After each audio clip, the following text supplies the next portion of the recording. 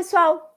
Sejam bem-vindos a mais uma aula da nossa disciplina Sistemas Eletrônicos Judiciais. Sou a professora Carolina Elvanger e estarei acompanhando vocês ao longo dessa disciplina, em especial nessa nossa aula, primeira aula, né, do módulo 2. Então, módulo 2 a gente começa falando sobre processo digital e fluxo de informação. Nessa unidade, iremos trabalhar sobre processo eletrônico. Então, vamos ver aí como está funcionando o processo eletrônico nos tribunais. Então, vejam bem, nas nossas últimas aulas, né, nas duas aulas aí do módulo 1, a gente falou sobre o sistema do governo digital, né, o funcionamento desse sistema de governo digital, essa lógica. Falamos também sobre a lei do processo eletrônico, né, quais são as balizas, em especial a lógica do certificado digital que tem que ser feita. E agora a gente fala um pouquinho mais sobre os meios eletrônicos e processo judicial, né, esse dia a dia do processo judicial, certo? Então, uma questão que a gente tem bem importante, alguns tópicos, né? Nós vamos ver aqui alguns tópicos, né? Até porque o objetivo da nossa disciplina não é ficar aí, não é disciplina de processo civil, né? Então, a gente vai ver aí alguns tópicos de como é que funciona isso na prática, sem adentrar aí no detalhamento dos fluxos processuais, né? Uma questão que eu destaco aqui para vocês é a parte da penhora online, né? A penhora online é promovida pelo juiz, tá? Antigamente nós tínhamos aí algumas dificuldades para fazer essa penhora online, essa penhora, né? Agora o online ele facilita mesmo. Então, essa penhora online nada mais é do que o momento que o juiz promove a constrição de bens do executado, tá? Utilizando-se das ferramentas tecnológicas. Então, como exemplo, a gente tem penhora de imóvel junto ao registro de imóveis, penhora do veículo perante o Detran, penhora de dinheiro perante instituições financeiras, como exemplo. E aí, claro que eu vou destacar um pouquinho mais a lógica do registro de imóveis, né? Considerando aí o curso que nós estamos trabalhando. Pois bem, qual é a ideia da penhora? Em termos processuais, a gente tem um processo que a pessoa diz, olha, o outro está me devendo. Então, a Maria contra o João no processo. Então, a Maria ingressa com uma ação judicial para dizer, ó, o João me deve. Nós temos todas as fases processuais e, no final das contas, nós temos uma decisão. Suponhamos que a decisão do juiz é, de fato, o João deve para Maria. Então, o João deve 100 mil reais para Maria. Em algum momento, essa decisão vai transitar em julgado. Que esse trânsito em julgado nada mais é do que dizer, olha, a dívida é líquida e certa e não cabe mais nenhum recurso. Porque nós temos uma decisão de primeira instância, quando o juiz diz, o João deve para Maria, mas o João ainda pode recorrer para o tribunal. Aí ele recorre para o tribunal, aí o tribunal diz, de fato, o João deve para Maria. Ele pode depois, que a gente fala subir, né, ir para o STJ ou para o STF com relação a essa dívida, é um pouco complexo, né? A gente sempre pode recorrer da primeira instância para a segunda instância. Já para ir para um STJ, para um STF, a gente tem que verificar, não são todos os processos que conseguem chegar a essas instâncias superiores, aos tribunais superiores, porque tem aí várias pré-requisitos, existem vários pré-requisitos para que isso aconteça, né? Então, que todo processo consegue passar por pelo menos dupla revisão, né? Da primeira instância para a segunda instância. Para subir para os tribunais superiores, aí já é um pouquinho mais delicado, detalhado, e tem que analisar para ver se fere uma lei federal ou se fere a própria Constituição, tá? Mas, pelo menos, um primeiro recurso pode ser feito aí para o tribunal. E aí, quando a gente tem essa fase recursal, né, do tribunal, em algum momento essa decisão transita em julgado, não cabe mais nenhum recurso. Muito bem, o que se espera? Que o João faça o pagamento que é devido para Maria. É isso que se espera. Mas será que isso é feito assim tão automático? Resposta, não. É difícil isso ser feito de maneira automática. O João ir lá e, tá aqui, Maria, o dinheiro que eu estava te devendo, né? Na prática, a gente começa uma outra fase, que é a fase de cobrança. Então, agora eu vou cobrar. Agora que eu tenho esse título judicial que diz, né, uma decisão transitada em julgado, que o João deve 100 mil reais para Maria, agora a Maria passa, então, a cobrar do João esses 100 mil reais, que se esperaria que ele pagaria, né, que seria feito o pagamento automático. Como não é, a gente vai pedir a penhora, né? Qual é a primeira coisa que normalmente a gente tenta penhorar? Aquilo que tem maior liquidez. O que tem maior liquidez? Dinheiro. né? Dinheiro é uma coisa líquida, né? Então, uma das primeiras coisas que se tenta fazer é a penhora de dinheiro em instituições financeiras. Então, o que o juiz faz? Ele emite uma ordem para as instituições bancárias e para que seja visto, tem dinheiro na conta do João? E aí, claro que tem que ser dado todos os dados do João, né? Porque, enfim, aquela pessoa que deve, a gente não pode pegar dinheiro de outra pessoa, né? Então, o João, que tem o nome completo, que tem o CPF tal, que tem o RG tal, filho de fulano e beltrano, enfim, nós temos a qualificação completa. Instituição financeira. O João tem conta aí? Se tiver conta aí, bloqueia o dinheiro que ele tem em conta. Essa é a essência da penhora online. O juiz dá esta ordem, e aí o que a gente faz? Então, a instituição bancária, vamos supor, Banco do Brasil. O Banco do Brasil vai verificar se o João, se aquela pessoa com aquela qualificação tem conta. Tem conta? Tem algum dinheiro em conta? De repente, a ordem é de 100 mil reais, mas o João só tem R$1.000. É bloqueado esses R$1.000. Mas não é só o Banco do Brasil. Quando é feita a penhora online, essa informação que o juiz dá vai para todas as instituições bancárias. Então, vai lá para a Caixa Econômica Federal. A Caixa Econômica Federal vai verificar se tem se esse João tem conta lá, de repente não tem conta. Vai para o Bradesco, vai para o Itaú, e aí, enfim, teria que falar aí o nome das instituições bancárias, né, todas, mas vocês pegaram uma lógica, né? Então, a essência vai essa informação e se tiver, de fato, algum dinheiro em conta, isso é bloqueado. Por quê? Porque é feito a penhora, para que esse dinheiro seja utilizado para pagar a dívida. Às vezes, o valor que a gente consegue bloquear não é suficiente para pagar a dívida. Ou às vezes a gente não consegue bloquear nada, né?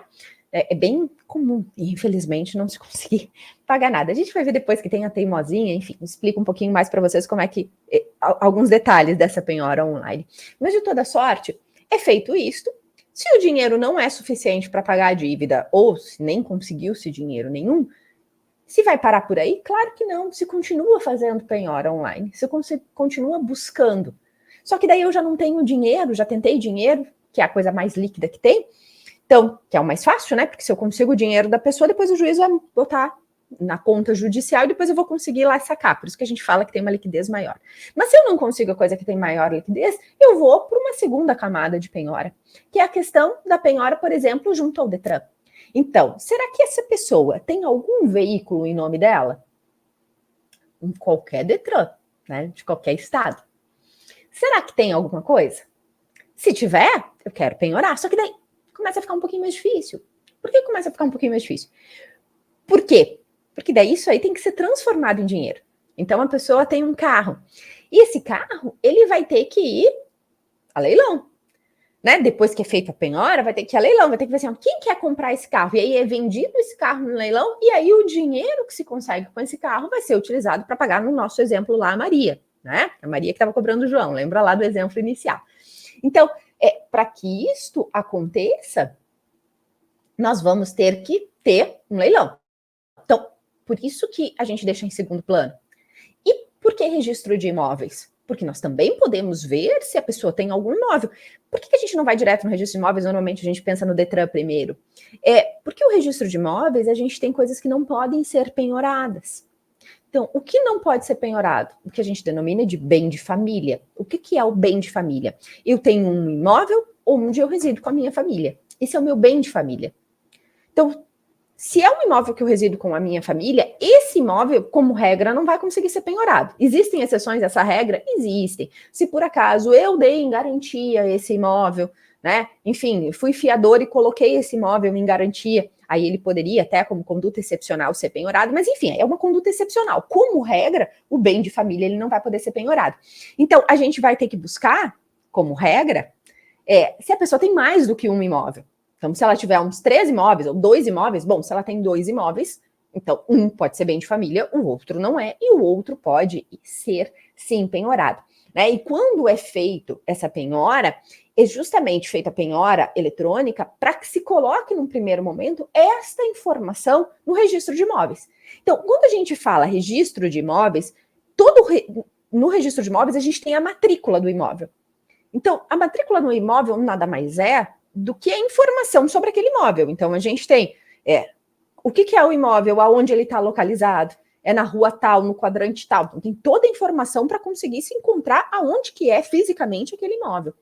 E nós temos a informação de quem é o dono daquele imóvel. Isso tudo fica registrado no que nós denominamos da matrícula do imóvel. Quando aquele imóvel é vendido, tem a informação, né? Então, por exemplo, o imóvel era da Joana. A Joana vendeu o imóvel para o José. Tem essa informação, que a Joana vendeu o imóvel para o José. Depois o José vendeu o imóvel para a Ana. Tem informação lá. Mas a Ana, quando ela comprou o imóvel, ela comprou com financiamento. Então, tá no nome dela, mas ela utilizou um financiamento. Então, o que significa quando ela tem um financiamento? Significa que se ela não pagar as parcelas, aquele banco que fez o financiamento pode ir lá e tomar o imóvel. Então, essa informação também fica registrada ali, né, no histórico daquele imóvel, né, porque é da Ana, mas se ela deixar de pagar, vão tomar dela. Então, é uma maneira de lidar com isso, né? Que é diferente quando não tem, né? Quando eu não comprei o imóvel financiado. Então, tem todo o histórico ali. Quando tem uma penhora, isso também é colocado. Por quê? Porque, imagina, caso lá inicial, a Maria está cobrando do João. Então, o imóvel do João tem que ter essa informação, porque vai que amanhã o João queira vender. Então, ele sabe que a Maria está para cobrar uma dívida dele. Aí ele dá uma de esperto e vou vender esse imóvel. Se já tem a penhora, tem informação ali. A pessoa não vai comprar esse imóvel, porque sabe que tem um litígio sobre aquele imóvel e que aquele imóvel, como regra, em tese, vai ir a leilão. Por que eu falo em tese? Porque tem vários mecanismos jurídicos para discutir se vai mesmo. Pode ser que o João, na metade do caminho, acabe pagando para Maria, acabe fazendo um acordo, enfim, tem várias modalidades. Mas em tese, isso vai acabar indo para leilão. Então, está penhorado, está com essa restrição. Então, tudo isso tem que estar escrito em algum lugar, né? Então tem que estar registrado em algum lugar. Então a penhora online, ela consegue, né? Com a penhora online, com as informações atualizadas, consegue se verificar a existência desse imóvel de fato em nome do João, e aí se pedir essa penhora, né? Então a parte vai declinar isso, olha, tem esse imóvel que o João tem, né? Então o advogado da Maria vai peticionar nesse sentido, e aí o juiz vai fazer essa penhora online para que não possa, então, ser vendido, em tese, depois vai ir a leilão, né? A menos que o João comprar, por exemplo, que é o imóvel, que é o bem de família, né? Aí também a gente vai ter toda a discussão em cima disso. Mas a essência é essa, né? Muito embora a gente possa ter discussões jurídicas, tá? Então nós temos, quando a gente fala em sistemas eletrônicos dentro do processo judicial, a gente tem essa figura da penhora online, tá? E nós temos hoje em dia o Cisbajude. O Cisbajude, ele é integrado ao PJE. PJE, nada mais, nada menos do que um dos sistemas eletrônicos. É um sistema eletrônico que mais é utilizado, tá? Mas nós ainda temos tribunais que não utilizam o PJE, que utilizam outros sistemas, né? Por exemplo, quando a gente fala em Tribunal de Justiça do Mato Grosso do Sul, é o ESAGE, né? O Tribunal de Justiça do Paraná é o PROJUDE, né? Mas cada vez mais se utiliza o PJE. E o Cisbajude é um sistema para facilitar essa questão das penhoras online, que é vinculado ao PJE. E aí, nada melhor do que ver um passo a passo de como funciona isso, né? Então, vocês vão ver agora esse videozinho bem curtinho de como funciona esse Cisbajude, qual é a interface dele. Bom, pessoal, como a gente viu no vídeo, né, a gente tem o sistema Cisbajude, né, que é justamente esse sistema aí, né, como vocês viram, que permite, né, essa integração aí com o PJE, facilita bastante para os juízes. E aí tem um outro conceito que eu quero passar para vocês, um outro videozinho também, que é a teimosinha, que de uma certa maneira é uma novidade, vamos dizer assim, tá? Do Poder Judiciário. Claro que aqui que eu falo de novidades, né? Porque os últimos anos têm sido bem revolucionários nessa parte de sistemas eletrônicos. O que é essa lógica da teimosinha? Antigamente o juiz fazia a penhora online, mandava a informação para a área financeira, né? Para as instituições financeiras, para ver, naquele meu exemplo ainda, Maria contra o João está devendo para Maria, decisão transitada em julgado, para ver se o João tinha dinheiro. E aí era daquele momento, se entrava e via se o João tinha dinheiro, naquele momento, se tinha, se bloqueava, se fazia a penhora daqueles valores de maneira online. Mas às vezes hoje, o João não tinha dinheiro. Talvez amanhã entrasse o dinheiro dele. E aí teria que fazer uma nova ordem. E aí se cria a teimosinha. A teimosinha é o sistema em que o juiz emite essa ordem, né, de penhora para as instituições financeiras, e isso é feito automaticamente por um período de até 30 dias. Então, hoje se verifica se ele tem dinheiro, amanhã se verifica de novo, e assim vai, para ver se entra algum dinheiro, e quando entrar, tchum, né? A gente tem aí esse bloqueio desse valor, tá? Esse videozinho que eu vou passar para vocês agora é um videozinho de um juiz explicando isso, né? Nada melhor do que a pessoa que manda sobre isso. Então, vamos ver. Bom, pessoal, como vocês viram aí, né, a teimosinha, então, é esse sistema revolucionário, pelo menos a ideia, que é para a gente conseguir o dinheiro daquela pessoa que tá devendo, né, nessas inovações aí eletrônicas, certo? Vou falar agora um pouquinho sobre alienação judicial extrajudicial eletrônica, que seria o leilão online. Veja bem que eu falei para vocês que a gente sempre busca, e a teimosinha até é um exemplo disso, a gente busca dinheiro. Por que a gente busca dinheiro? Porque, no fundo, tem liquidez, e aí me facilita. Conseguir o dinheiro, já vou passar para outra pessoa, e era isso, né? Vou passar lá, no meu exemplo clássico, né? Do João tá devendo para a Maria, enfim, a Maria vai receber o dinheiro e pronto, tá? Agora, se a gente não consegue dinheiro, nós vamos ter que transformar isso em dinheiro, né? Ou seja, a gente vai ter que fazer o que a gente denomina alienação judicial e extrajudicial, né? Nada mais, nada menos do que o leilão, tá? E nós temos, hoje em dia, a existência de leilão online. Leilão, gente, é aquilo que a gente disse, dou-lhe uma, dou-lhe duas, né? Tem a ideia do martelinho ali, né? Ó, isso aqui nós queremos vender, quem é que paga mais? Enfim, essa é a lógica do leilão. Mas hoje em dia a gente já trabalha com leilão online. Antigamente a gente só tinha o leilão físico, né? Isso está previsto aonde? No artigo 882 caput do CPC de 2015, claro, né? Que vai estabelecer a preferência pelo leilão eletrônico e o leilão, né, presencial, somente para a hipótese em que o eletrônico não seja possível. Então, nos dias de hoje, a gente utiliza como regra o leilão online. A exceção é ser esse leilão presencial, tá? Então, a gente vai, veja bem, quando a gente vai falar em penhora online, então tudo é feito de maneira online, e depois a venda desse ativo para virar dinheiro, para pagar o credor, também é feito, como regra, através de leilão online. Falo isso porque às vezes a gente vê, vamos comprar imóveis mais baratos no leilão online, e às vezes as pessoas ficam com medo, será que isso aí não é pegadinha, né? Não é alguma coisa errada que estão querendo tirar o meu dinheiro? Veja bem, se for um leilão online, tá tudo certo. Porque normalmente no leilão se paga menos pelo imóvel do que se você fosse comprar, enfim, numa corretora, numa imobiliária, né? Normalmente é um valor mais baixo nos leilões que a gente consegue.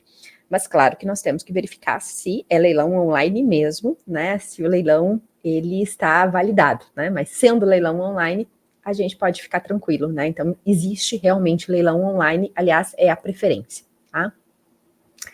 Também temos dentro da lógica eletrônica hoje do processo, as audiências por videoconferência. E aí é interessante, né? Porque cada vez mais a gente utiliza nas próprias audiências, a gente faz aí através de videoconferência. Isso já se utilizava antes da pandemia, do Covid-19, já se utilizava um pouco, né? Durante a pandemia, isso teve que ser implementado, né? Mesmo os tribunais que não tinham isso muito bem regulamentado tiveram que regulamentar, e aí pós período pandêmico se continuou utilizando de uma maneira bem exponencial, tá? Então, qual é a ideia da audiência por videoconferência? A gente conseguir juntar as pessoas que às vezes estão em vários locais diferentes. Que antigamente nós tínhamos aí algumas dificuldades, né? E se a gente falasse, por exemplo, de audiências criminais, então, se a gente pega o período que nós não tínhamos por videoconferência, a pessoa, por exemplo, um réu preso, e tinha uma audiência dele, o que tinha que ser feito? Tinha que ir a polícia até o presídio, faz a escolta, né, desse réu até o fórum.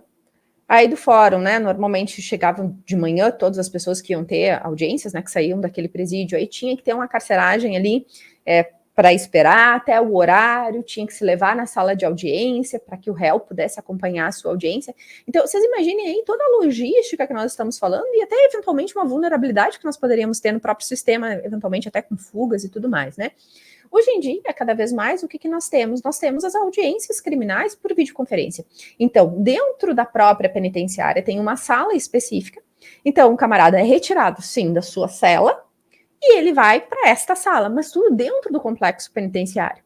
E ali ele tem acesso, né? Ele vai falar com o juiz, ele vai acompanhar a sua audiência sem nenhum prejuízo, ele está vendo tudo que está acontecendo, mas nós não temos todo esse translado, todas, né? Que isso, querendo ou não, acaba sendo um custo para o Estado, né? Além de ter uma questão de vulnerabilidade. Então, isso ajudou bastante, por exemplo, na seara criminal. Mas não se limita à seara criminal. Talvez a seara criminal é uma das que a gente é mais fácil vislumbrar, assim, numa primeira toada, né?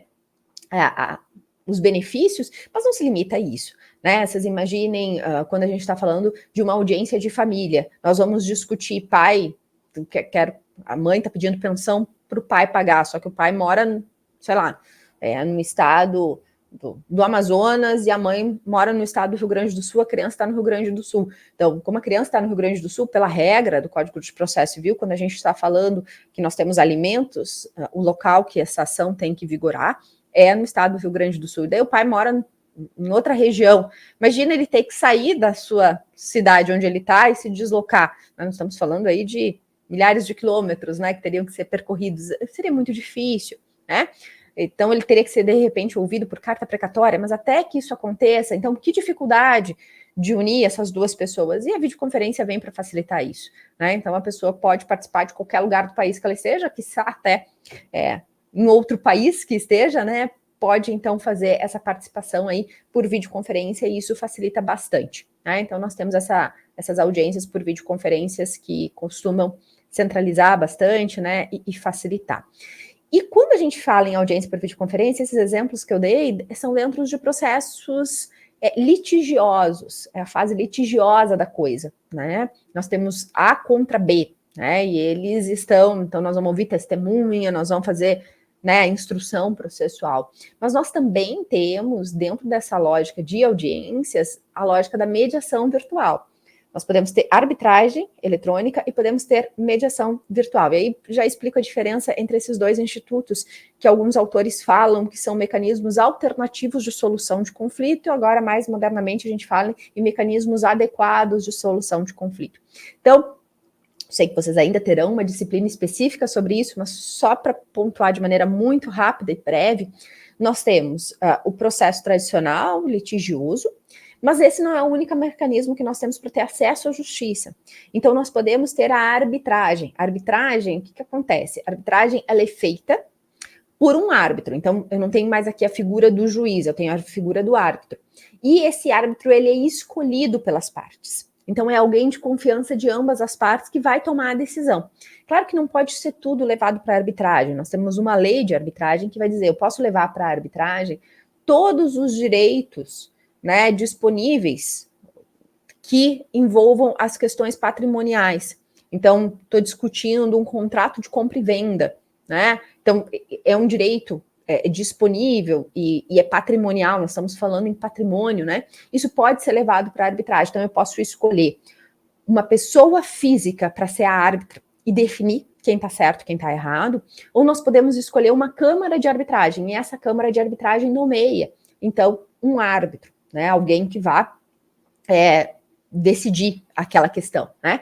E isso é fora do poder judiciário, essa arbitragem, mas ela tem força, essa decisão do árbitro, ela tem força judicial, ela é um título executivo judicial, porque entende-se que as pessoas escolheram a arbitragem e acima de terem escolhido a arbitragem, elas escolheram uma pessoa de confiança dela, ou pelo menos uma câmara de arbitragem de confiança dela. Então, os dois decidiram. Por que alguém escolhe isso em vez de levar o caso para o Poder Judiciário? Porque a arbitragem, ela tem uma economia de custos muito grande, ela é muito rápida, a arbitragem toda, ela tem um prazo de 6 meses para ser finalizada. Num processo judicial tradicional, às vezes em 6 meses, nem a citação a gente teve ainda, então a gente nem começou o processo, né, e já, né, e na arbitragem, em comparação nesse prazo, já teria até acabado, né, já teria essa decisão, não tem recurso, porque afinal de contas foi você que escolheu. Então essa lógica de arbitragem é válida, tem lei que fundamenta isso no Brasil, e ela pode ser feita através de mecanismos eletrônicos, né, então a arbitragem eletrônica, ela é admitida no Brasil, então é possível você escolher, se as partes assim quiserem, uma pessoa que está do outro lado do mundo para ser árbitro. E muitas vezes, quando a gente fala em grandes empresas, até escolhem isso, quando envolve comércio internacional, se escolhe um árbitro de um outro país, justamente para tentar ter uma equidistância das partes, né, e conseguir trabalhar de uma maneira mais isonômica, né? Então, o comércio internacional, isso é bem interessante. Então, essa lógica da arbitragem. Além da lógica da arbitragem, nós temos a lógica da mediação como um outro mecanismo de solução de conflitos. A mediação, as partes escolhem um mediador, só que qual é a diferença do árbitro para o mediador? Se lá na arbitragem eu tenho uma pessoa que decide, que é o árbitro, que diz se você está certo, você está errado, na mediação, o mediador, ele auxilia as partes a elas encontrarem uma solução. Então, ele vai intermediar o diálogo e ajudar as partes a que elas encontrem uma solução. E isso é bem interessante. E até por isso que a gente fala em mecanismos adequados de solução de conflito. Entende-se que há uma adequação. Por quê? Porque você dá mais poder para as partes, que são as donas do conflito, né? Foram elas que estão com o problema, né? Então, essa mediação, ela é feita através desse mediador, que vai ajudar as partes a encontrarem uma solução. O que pode ser levado para a mediação? Olha, qualquer questão disponível, direito disponível ou direito indisponível que admita transação. E se envolver questões, por exemplo, de menores de idade, aí tem que ser levado para homologação judicial. Tá? Na mediação, o resultado final é um título executivo extrajudicial. Por que eu estou fazendo uma menção bem grande à mediação? Porque nós temos resolução do CNJ que diz que os cartórios podem instituir câmeras de mediação. E a ideia é, inclusive, que isso aconteça. Então, ainda, ano base, né, 2024, que vocês estão vendo essa disciplina, nós não temos ainda em muitos cartórios essa mediação instituída. Muito embora se entenda que esse é o futuro. O trabalho com o mediador, né, o trabalho como mediador dentro dos cartórios, então como um serviço a ser oferecido pelo cartorário, né? O local para que a mediação seja feita. Então, no mundo, né, o que se prevê, né, no mundo ideal, eu diria assim, então as pessoas elas não precisam, estão discutindo a questão do divórcio, guardas, alimentos, enfim, dos menores, né, dos filhos. Eles podem ir até um cartório, tem uma câmara de mediação, os mediadores vão ajudar a dialogar para encontrar uma solução. E as partes vão sair com um título executivo extrajudicial, que depois é só pedir a homologação para o Poder Judiciário, se eu estiver falando que envolve menor, né? Se não envolve menor, não tem necessidade. Olha que interessante um trabalho que poderia ser realizado. Nós temos na nossa legislação, plenamente disposto, a questão do divórcio consensual pode ser feito diretamente em cartório. Então, quando não envolve menor e quando tem consenso, então nós temos duas pessoas que são casadas, elas não tiveram filhos, ou até já tiveram, mas são tudo filho maior de idade, né? Não tem que falar em pensão nem nada, né? São tudo grandes. Mas eles têm bens. Mas eles conseguiram, né? Muito embora estejam ali num divórcio, num momento bem delicado da vida, né? Não precisamos nem falar muito sobre, né? Todo mundo mais ou menos imagina, né, quanto difícil é se divorciar, mas eles conseguem minimamente, você vai ficar com a casa, você vai ficar com o carro, enfim, eles contratam um advogado, porque ele é único, e ele vai no cartório, e ele vai fazer esse divórcio diretamente no cartório. Por quê? Porque não tem menores envolvidos, e porque há consenso na distribuição dos bens. Isso pode ser feito diretamente em cartório? Pode. Mas, se tiverem uma discussão, não está bem redondo a questão dos bens. Então, é aquele mesmo casal, não tiveram filhos, mas têm muitos bens, eles querem se divorciar, eles até têm um diálogo, mas ainda não arredondou a questão dos bens, ou seja, não é um divórcio consensual para ser feito diretamente em cartório. Mas eles têm até um certo diálogo. O que poderia ser feito?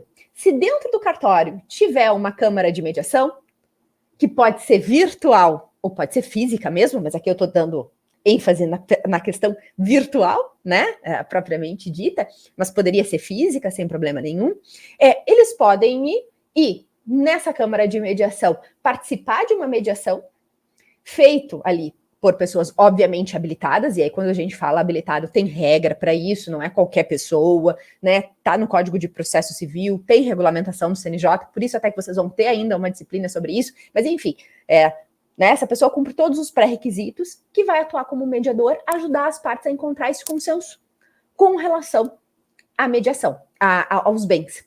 Uma vez que encontrou todo esse consenso, nessa mediação virtual, ou na mediação física mesmo, mas dentro do cartório, poxa, aí passou a ser um divórcio consensual. Precisa recorrer para o Poder Judiciário? Não. No próprio cartório mesmo, já pode ser feito, sem problema nenhum, o divórcio consensual. Porque daí já há um consenso das partes sobre como é que vai ser dividido os bens. E aí a gente entra para a lógica consensual, e aí já se faz. Então, vejam bem, existe a mediação virtual, e essa mediação virtual, ela pode ser feita dentro dos cartórios. Claro que quando eu falo dentro do cartório, eu estou falando a extrajudicial. Por quê? Porque existe a mediação virtual como fase do processo. Então, se vocês pegarem um Código de Processo Civil no artigo 334, fala lá que tem que ter mediação. A primeira fase de um processo judicial é uma mediação. E essa mediação pode ser virtual. Então, eu tenho a fase processual, mas aí é algo litigioso, não é dentro dessa lógica de mecanismos adequados de solução de conflito. Então, existe isso. E existe também a mediação extrajudicial, que pode ser feita dentro do cartório. Então, que interessante a gente falar sobre isso quando a gente fala em meios eletrônicos e um mecanismo aí diretamente ligado para quem for depois, né, trabalhar aí em cartório de registros, né, enfim, para dar aí as continuidades aí, a lógica cartorária, né? Então essa mediação é uma das alternativas, tá? Que eu queria destacar aqui, coloquei a expressão virtual, mas não se limita ao virtual. Tudo bem, pessoal? Até aqui? Nós temos, então, para finalizar, a lógica da autorregulamentação. Tá? A ideia, né, do direito digital como princípio normativo da autorregulamentação. Tá? Ou seja, o deslocamento do eixo legislativo para os participantes interessados direto na proteção de determinado direito e na solução de determinada controvérsia. Então, a lógica do direito digital possibilita, como a gente fala, uma via paralela, que é, né, que não havia legislativa para criar regras de condutas para a sociedade digital ditadas e determinadas pela própria sociedade. Então, uma coisa que eu gostaria de deixar bem claro para vocês, porque eu falei, a regulamentação do CNJ, enfim, é justamente a lógica do direito digital ter uma autorregulamentação, né? Então, algo paralelo à própria via legislativa, né? Então, a ideia é que não precise ter tudo detalhado em lei, né? Claro que tem as balizas, mas, por exemplo, o CNJ, ele faz uma autorregulamentação quando ele dita normas, né? Normas internas que vão ser utilizadas pelos cartorários, por exemplo, pelo próprio Poder Judiciário. Então, essa é uma das essências aí do nosso direito digital, quando a gente está falando em processos. Bom, espero que vocês tenham acompanhado aí bem a nossa aula. Qualquer dúvida, lembre-se sempre do tópico Fale com a Tutoria. Até a próxima aula!